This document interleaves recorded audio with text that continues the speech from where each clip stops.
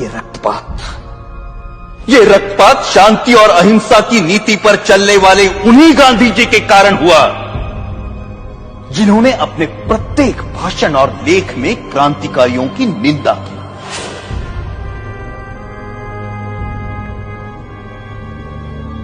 जब गांधी जी के प्रचंड विरोध के बावजूद भी मार्च 1931 के वार्षिक अधिवेशन में कांग्रेस ने भगत सिंह के साहस की प्रशंसा में प्रस्ताव पारित किया, तब गांधी जी अपनी इस पराजय को नहीं भूले और कुछ महीने भीतर जब मुंबई के गवर्नर पर गोली चली तो गांधी जी ने उसका कारण भगत सिंह की प्रशंसा में पारित इस प्रस्ताव को ही बताया।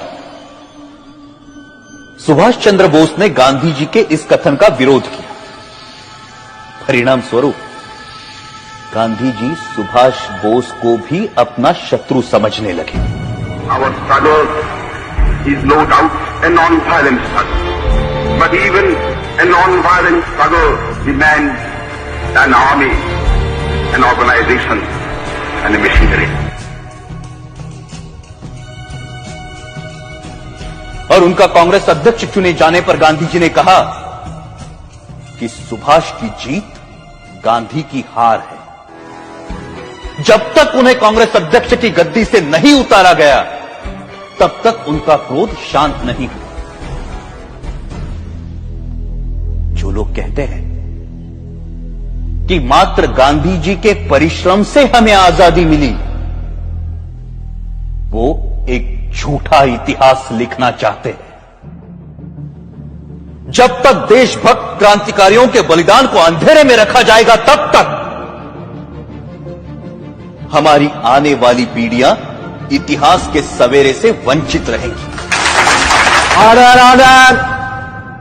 1947 की सर्दियों में हिंदू मुस्लिम एकता के लिए गांधी जी ने जो आमरण अनशन रखा था, उसे तोड़ने के लिए जो पहली शर्त उन्होंने रखी थी वो ये थी कि दिल्ली की मस्जिदों में शरण लिए हुए हिंदू और सिख शरणार्थियों को मस्जिदों से बाहर निकाला जाए और मस्जिदें मुसलमानों को सौंप दी जाए। सरकार गांधी के अनशन के सामने घुटने टेकने पर मजबूर हुई और जिस दिन गांधी जी ने अनशन तोड़ा उस दिन वर्षा भी हो रही थी। उस असाधारण सर्दी में अच्छे घरों में रहने वाले लोग भी कांप रहे थे, परंतु उन निराश्रितों के ठिठुरते हुए कुटुंब के कुटुंब मस्जिदों से बलपूर्वक बाहर निकाले गए। जिस दिन यह घटना घटी संयोगवश मैं दिल्ली में ही था। मैंने अपनी आंखों से गांधी जी की जिद को पूरा होते हुए देखा। कड़ाके की सर्दी और वर्षा में कपकपाते हुए वो लोग बिरला हाउस पहुंचे। वहां उन्होंने नारे लगाए, गांधी जी हमें शरण दो, गांधी जी हमें शरण दो। परंतु उस भव्य भवन में रह रहे गांधी जी तक उन निराश्रितों की पुकार नहीं पहुंची। ये मर्मस्पर्शी दृश्य जिसे देखकर कठोर से कठोर मनुष्य का हृदय भी द्रवित हो जाए, मैंने स्वयं अपनी आंखों से देखा है। क्या उन निराश्रितों ने अपनी मर्जी से उन मस्जिदों में डेरे डाले थे? क्या गांधी जी को उन विषम परिस्थितियों की कल्पना नहीं थी जिनसे बाध्य होकर वो बदनसीब उन मस्जिदों में शरण लेने को मजबूर हुए थे? यदि उन मस्जिदों को खाली कराया जाना उचित था तो पाकिस्तान के मंदिर खाली कराकर हिंदुओं को सौंपने की मांग गांधी जी ने क्यों नहीं रखी? यदि वो ऐसा करते तभी यह सिद्ध होता कि गांधी जी निष्पक्षता से हिंदू मुस्लिम एकता के इच्छुक थे। परंतु गांधी जी ने पाकिस्तान और वहां के मुसलमानों के सामने अपना अनशन खोलने के लिए एक भी शर्त नहीं रखी, क्योंकि अपने अनुभव से उन्हें मालूम था कि उनके अनशन का जिन्ना और उनके अनुयायियों पर कोई असर नहीं पड़ता।